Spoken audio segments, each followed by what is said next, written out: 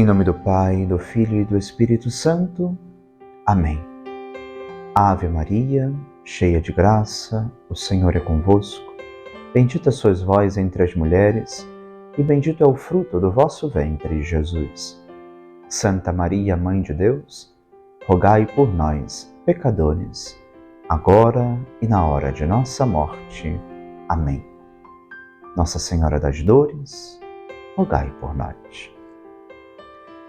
Hoje, meus irmãos, vamos dando continuidade ao nosso retiro, ao nosso recolhimento.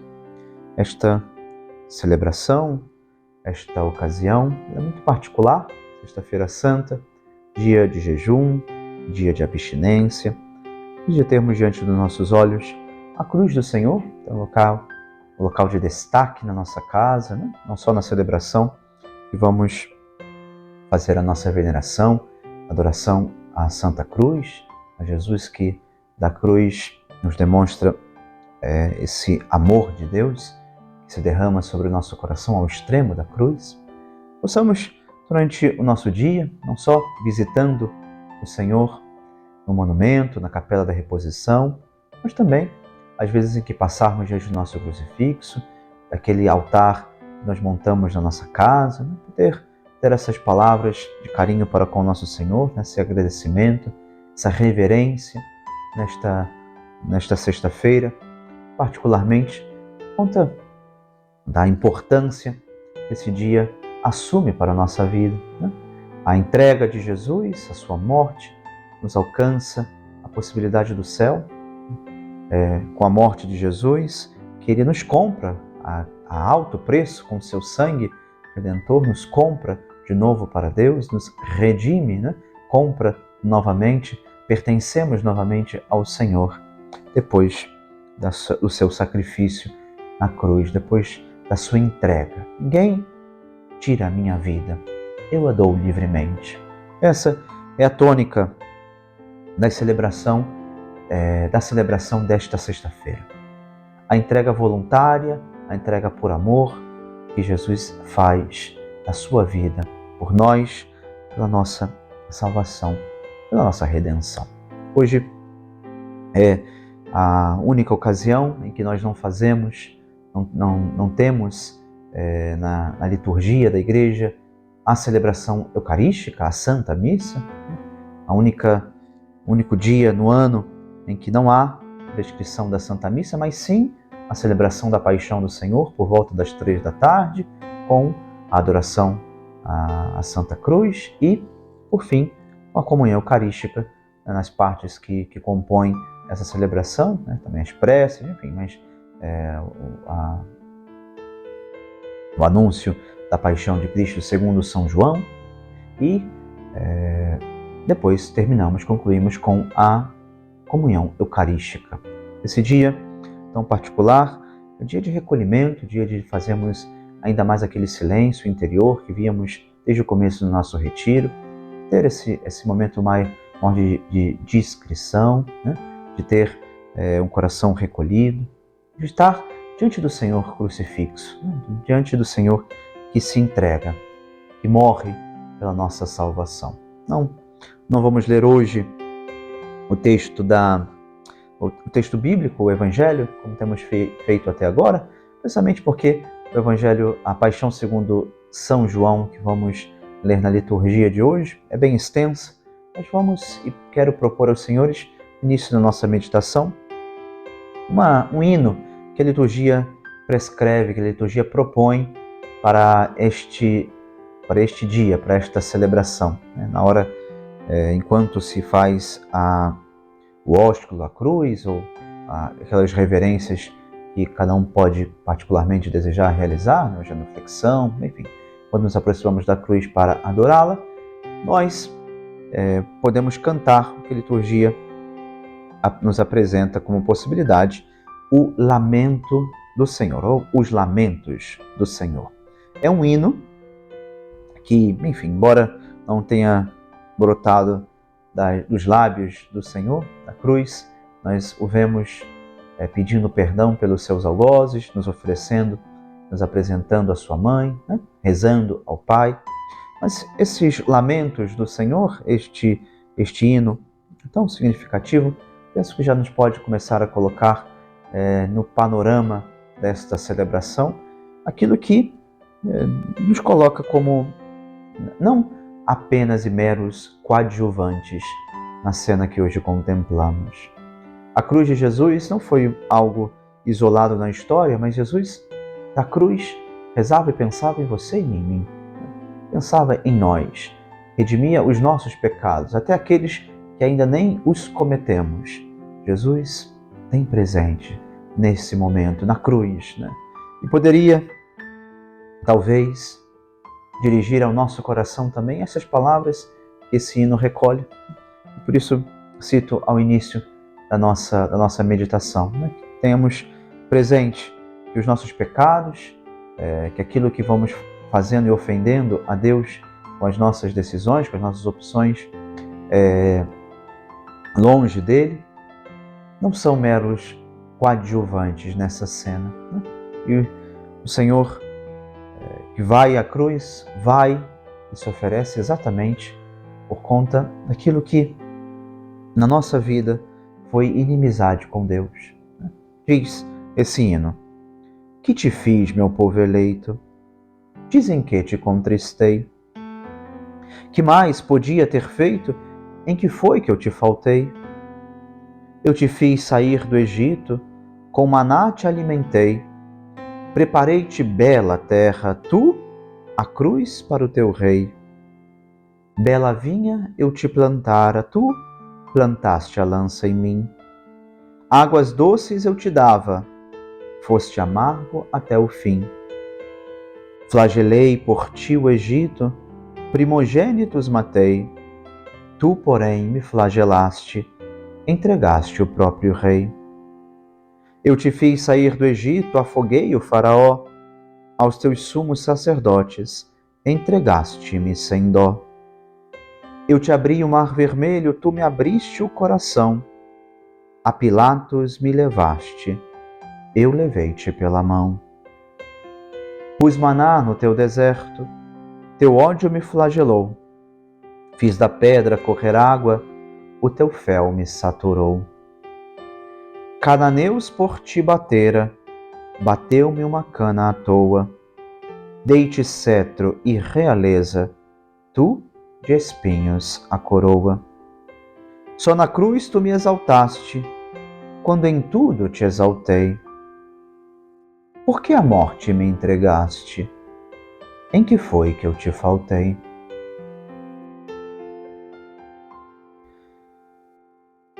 Meus irmãos, a carta de São Paulo aos Filipenses traz no capítulo 2 um hino à comunhão em Cristo. Esse hino, e penso, pode também nos ajudar a rezar com o panorama da Sagrada Escritura, aquilo que no dia de hoje nos é apresentado de modo tão belo e tão pleno na obediência que Jesus leva à consumação com a sua morte na cruz. O hino presente na carta aos Filipenses, capítulo 2, a partir do versículo 1, né? Vamos ler do primeiro, versículo 1 ao versículo 11. Se, portanto, existe algum conforto em Cristo, alguma consolação no amor, alguma comunhão no Espírito, alguma ternura e compaixão, completai a minha alegria, deixando-vos guiar pelos mesmos propósitos e pelo mesmo amor, em harmonia, buscando a unidade. Nada façais por ambição ou vanglória, mas com humildade cada um considere os outros como superiores a si, e não cuide somente do que é seu, mas também do que é dos outros. Haja entre vós o mesmo sentir e pensar que no Cristo Jesus. Ele, existindo em forma divina, não se apegou ao ser igual a Deus, mas despojou-se assumindo a forma de escravo, tornando-se semelhante ao ser humano. E, encontrado em aspecto humano, humilhou-se, fazendo-se obediente até a morte e morte de cruz.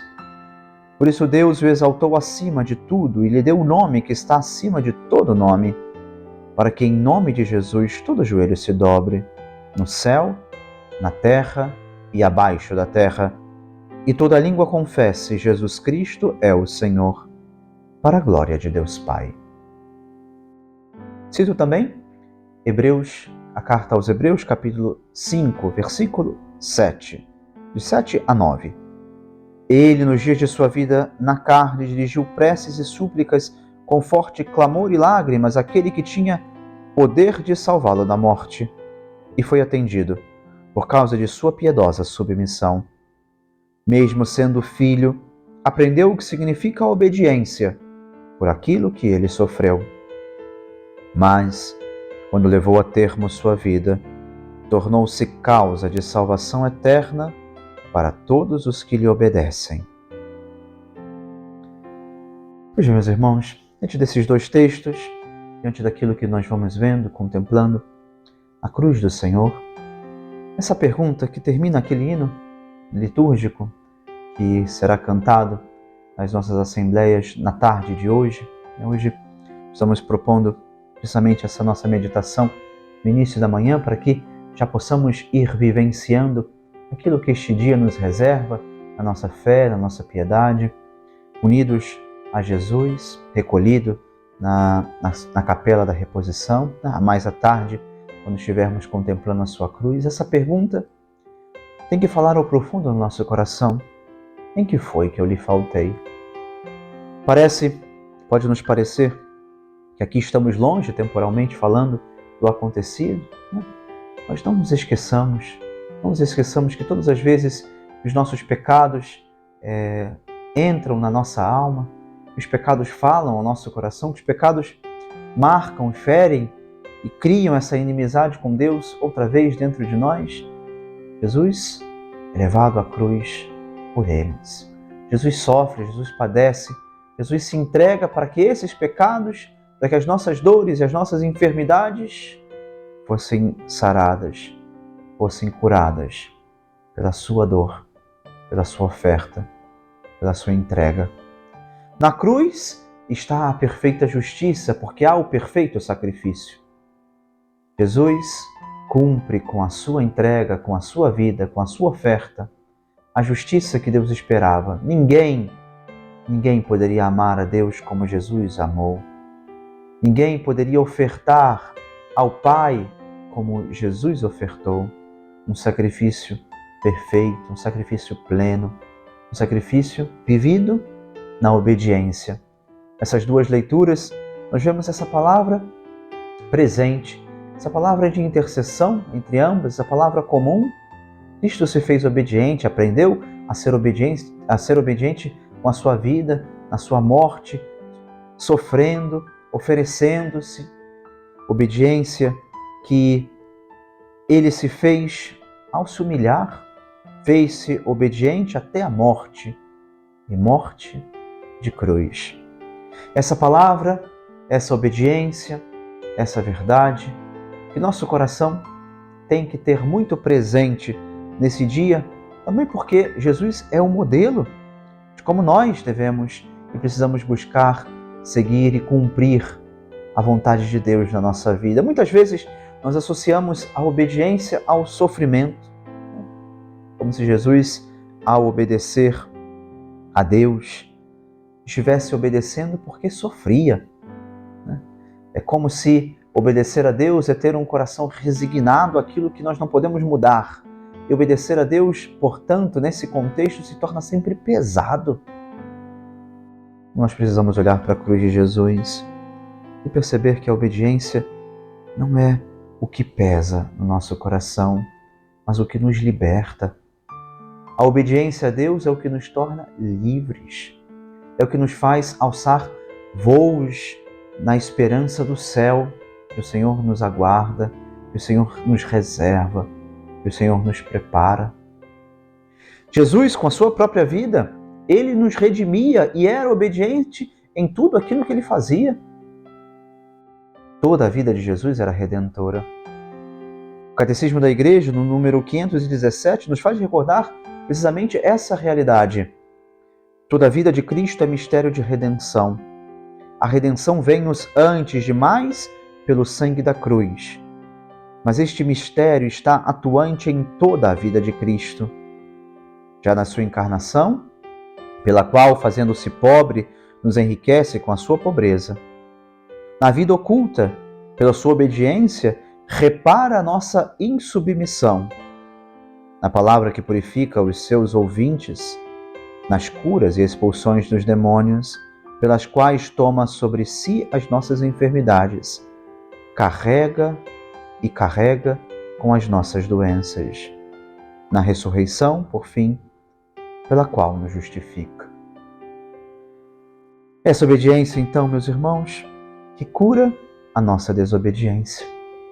A obediência lá no paraíso dos nossos primeiros pais, quando tomam do fruto da árvore que Deus lhe havia pedido não tomar, essa nova árvore, a árvore da cruz, a árvore da vida, nos dá esse fruto para a eternidade. Os nossos primeiros pais lançaram e estenderam a mão para a árvore em desobediência. Agora nós somos convidados a elevar as nossas mãos à árvore da vida, cumprindo e vivendo nesta obediência aquilo que Jesus nos alcança com a sua morte. Nos alcança a comunhão e a união com Deus, o amor de Deus que se derrama sobre os nossos corações, que se derrama sobre o mundo. O Papa João Paulo II, São João Paulo II, falando certa vez aos jovens, faz e responde a duas perguntas, precisamente sobre a obediência. Primeiro, por que devemos obedecer? E em segundo, como devemos viver esta obediência? Diante destas perguntas, o Papa João Paulo II, São João Paulo II, apresenta a nós uma explicação e uma resposta que eu penso que nos pode ajudar a rezar neste dia santo da paixão do Senhor. Por que deveis obedecer? Primeiro de tudo, porque a obediência é necessária no quadro geral da providência. Deus não nos criou ao acaso, mas para um fim bem claro e linear: a sua glória eterna e a nossa felicidade. Esse é o fim da nossa vida, dar glória a Deus e com Ele viver a felicidade que Ele nos reserva, que Ele nos prepara. Esse é o fim da nossa vida, a glória eterna de Deus e a nossa felicidade. Os pais e todos aqueles que têm responsabilidade sobre nós devem, em nome de Deus, ajudar-nos a alcançar o fim que tem em vista o Criador. Além disso, a obediência eterna ensina também a obedecer à lei interior da consciência, ou seja, a vontade de Deus expressa na lei moral. Por último, deveis obedecer também porque a obediência torna serena e consoladora a vida. Quando sois obedientes em casa, na escola, no trabalho, estáis mais satisfeitos e comunicais a alegria ao ambiente. Depois ele nos responde: como devemos obedecer? Como deve dar-se esta obediência? Sobretudo, nos diz o Papa, com amor e também com santa coragem. Sabendo bem que a obediência é quase sempre difícil, custa sacrifícios, exige esforço e às vezes requer mesmo esforço heróico. É necessário olhar para Jesus crucificado, é preciso também obedecer confiadamente, estando convencido que não falta nunca a graça de Deus e que depois a alma se enche de imensa alegria interior. O esforço da obediência é pago com alegria pascal contínua. Pois bem, meus irmãos, viver essa obediência que transforma o nosso ambiente, obediência àqueles que nos são superiores, mas obediência neles a Deus. Jesus nos conta São Lucas no seu Evangelho, no Evangelho da Infância, nos conta São Lucas que Jesus era submisso a José e a Maria. Era-lhes obediente. Jesus se fez obediente, do princípio ao fim. Da sua encarnação à sua morte. Em tudo, Jesus se fazia obediente. E é essa obediência que nós cantamos nestes dias. Nós rezamos que nós diante da cruz, fazemos jaculatória nossa, também aquela antífona que a partir de agora a liturgia nos propõe.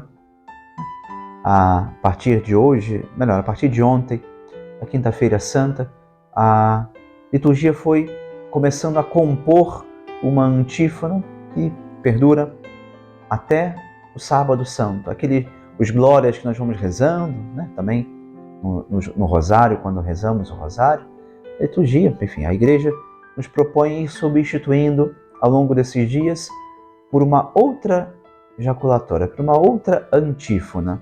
Essa antífona que hoje queremos voltando o nosso olhar para a cruz, contemplando esse mistério de amor, também poder rezar, poder fazer nossa esta oração ao dizer: Jesus Cristo se humilhou e se fez obediente, obediente até a morte e morte de cruz. Por isso Deus o exaltou sobremaneira em sua glória e deu-lhe o nome mais sublime, muito acima de outro nome.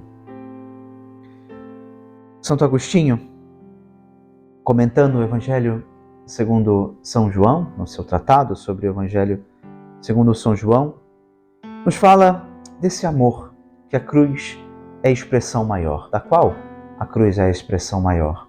Esse amor que Jesus oferece aos seus amigos. E com esse amor também envolve a nossa vida, nos preenche, mas também nos coloca comprometidos com a vivência desse amor no meio do mundo. A obediência que nós vemos em Jesus, também a obediência que nós somos chamados a levar, a tomar sobre nós, a assumir na nossa vida. Diz Santo Agostinho: o Senhor definiu a plenitude do amor com que devemos amar-nos uns aos outros quando disse: ninguém tem maior amor do que aquele que dá a sua vida pelos amigos. Daqui se conclui o que o mesmo evangelista João diz em sua epístola: Jesus deu a sua vida por nós, portanto, também nós devemos dar a vida pelos irmãos. Amando-nos verdadeiramente uns aos outros, como Ele nos amou, até dar a sua vida por nós. Não queremos dizer com isso que possamos nos igualar a Cristo, Senhor, mesmo que por sua causa soframos o martírio até o derramamento de sangue. Ele teve o poder de dar a sua vida e depois retomá-la. Nós, pelo contrário, não vivemos quanto queremos e morremos mesmo contra a nossa vontade. Ele, morrendo, matou em si a morte. Nós, por sua morte, somos libertados da morte. A sua carne não sofreu a corrupção. A nossa, só depois de passar pela corrupção, será por ele revestida de incorruptibilidade no fim do mundo. Ele não precisou de nós para nos salvar, entretanto, sem ele nós não podemos fazer nada. Ele se apresentou a nós como a videira para os ramos. Nós não podemos ter a vida se nos separarmos dele.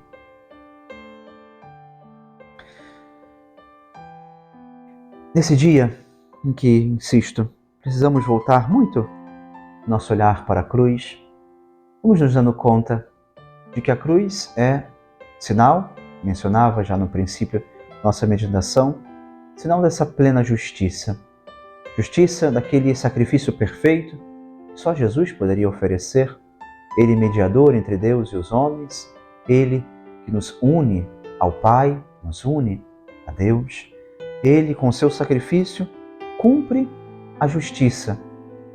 E diante dessa nossa contemplação, poderíamos também, talvez, nos perguntar ou nos indagar precisamente sobre essa justiça que parece contrastar-se com a misericórdia de Deus.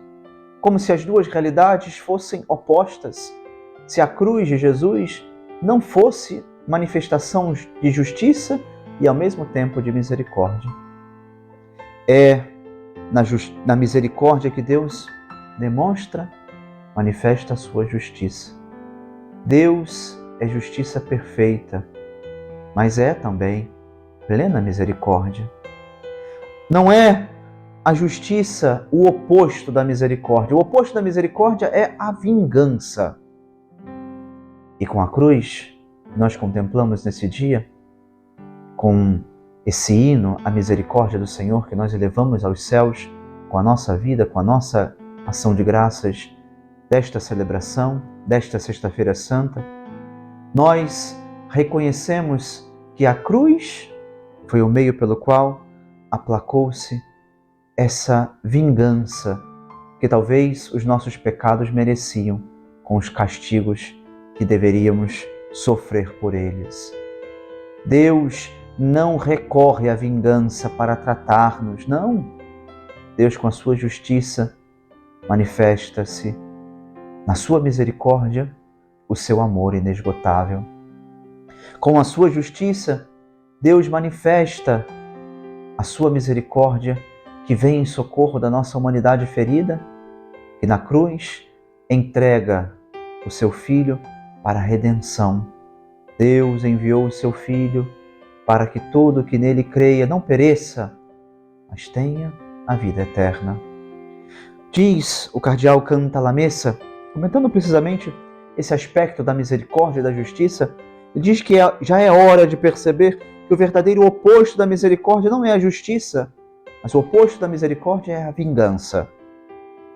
Jesus não opôs a misericórdia à justiça. Jesus opôs a misericórdia à lei de Talião. Olho por olho, dente por dente. Perdoando os pecados, Deus não renuncia à justiça, renuncia à vingança. Ele não quer a morte do pecador, mas que se converta e viva. Jesus Cristo, na cruz, não pediu ao Pai que vingasse a sua causa. Ao contrário, pediu-lhe que perdoasse os seus algozes. E quanto, meus irmãos, precisamos nós também aprender da cruz de Jesus. Aprender das palavras do Senhor, aprender do seu exemplo, aprender da sua obediência, a também rezar, a também suplicar, a também ter um coração misericordioso, perdoando aqueles que nos perseguem, aqueles que nos ferem, aqueles que nos ofendem. Com isso, penso, podemos terminar a nossa meditação no dia de hoje, olhando para a cruz de Jesus, usando um texto, um poema de Gabriela Mistral, uma autora chilena, ganhadora do Nobel de Literatura, que hoje, nesse dia, particularmente pode ser para nós também palavras de oração. Oração, esse hino que, ao contemplarmos o crucifixo, o nosso coração doído, com os pés cansados, ao beijá-lo, a veneração que em alguns instantes, que na tarde de hoje nós faremos, possamos fazer nossas também essas palavras, dirigindo nosso olhar à cruz de Jesus, orar amoroso e grato por esse dom, por esse sacrifício que nos reata a amizade com Deus e nos garante a possibilidade também de encontrar o céu aberto na vida que encontramos escondida no seu coração, escondida nas mãos de Deus. Diz esse poema, penso, pode ser também para nós a oração deste dia contemplando a cruz do Senhor. Nesta tarde, Cristo do Calvário, vim rogar-te por minha carne enferma. Porém, ao ver-te, meus olhos vão e vêm do teu corpo ao meu corpo com vergonha. Como queixar-me dos meus pés cansados quando vejo os teus destroçados? Como mostrar-te minhas mãos vazias quando as tuas estão cheias de feridas? Como explicar-te a ti minha solidão, quando na cruz alçado e sozinho estás? Como explicar-te que não tenho amor quando tens rasgado o coração? Agora, já não me lembro de nada.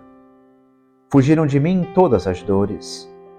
O ímpeto do rogo que trazia se me afoga na boca pedinte. E só peço, diante de ti, Senhor crucificado, só peço não pedir-te nada. Estar aqui, junto à tua imagem morta, ir aprendendo que a dor é somente a chave santa de tua santa porta. Amém. Ave Maria, cheia de graça, o Senhor é convosco. Bendita sois vós entre as mulheres, e bendito é o fruto do vosso ventre, Jesus. Santa Maria, Mãe de Deus, rogai por nós, pecadores, agora e na hora de nossa morte. Amém. Nossa Senhora das Dores, rogai por nós. Em nome do Pai, e do Filho, e do Espírito Santo. Amém. Te convido, faço um breve aviso para que possamos, ainda que nem todos os que nos acompanham nesse retiro, nesse recolhimento, sejam na nossa área pastoral, na sua realidade, na sua paróquia, na sua comunidade, possamos nós fazer também essa visita ao Monumento do Senhor, à Capela da Reposição, fazer essa vigília no dia de hoje, acompanhá-lo, nem que seja por uma hora, estar junto do Senhor, participar das celebrações da Paixão, esse dia que temos a oportunidade, unindo as nossas penitências, o nosso jejum, a nossa abstinência de carne. E aqui, pelo menos na nossa área pastoral, temos ato seguido a celebração da Paixão, a nossa procissão do Senhor Morto, o Sermão das 7 Palavras e, por fim, a veneração da imagem do Senhor Morto de Nossa Senhora das Dores na noite desta sexta-feira, na noite de hoje. Convido os senhores a que possam tomar parte, seja na nossa área pastoral, seja nas suas comunidades, das celebrações deste dia. E vamos unidos ao Senhor, unidos à sua cruz, tenhamos muito presente aquilo que foi o preço da nossa redenção, o sangue de Cristo derramado pela nossa salvação.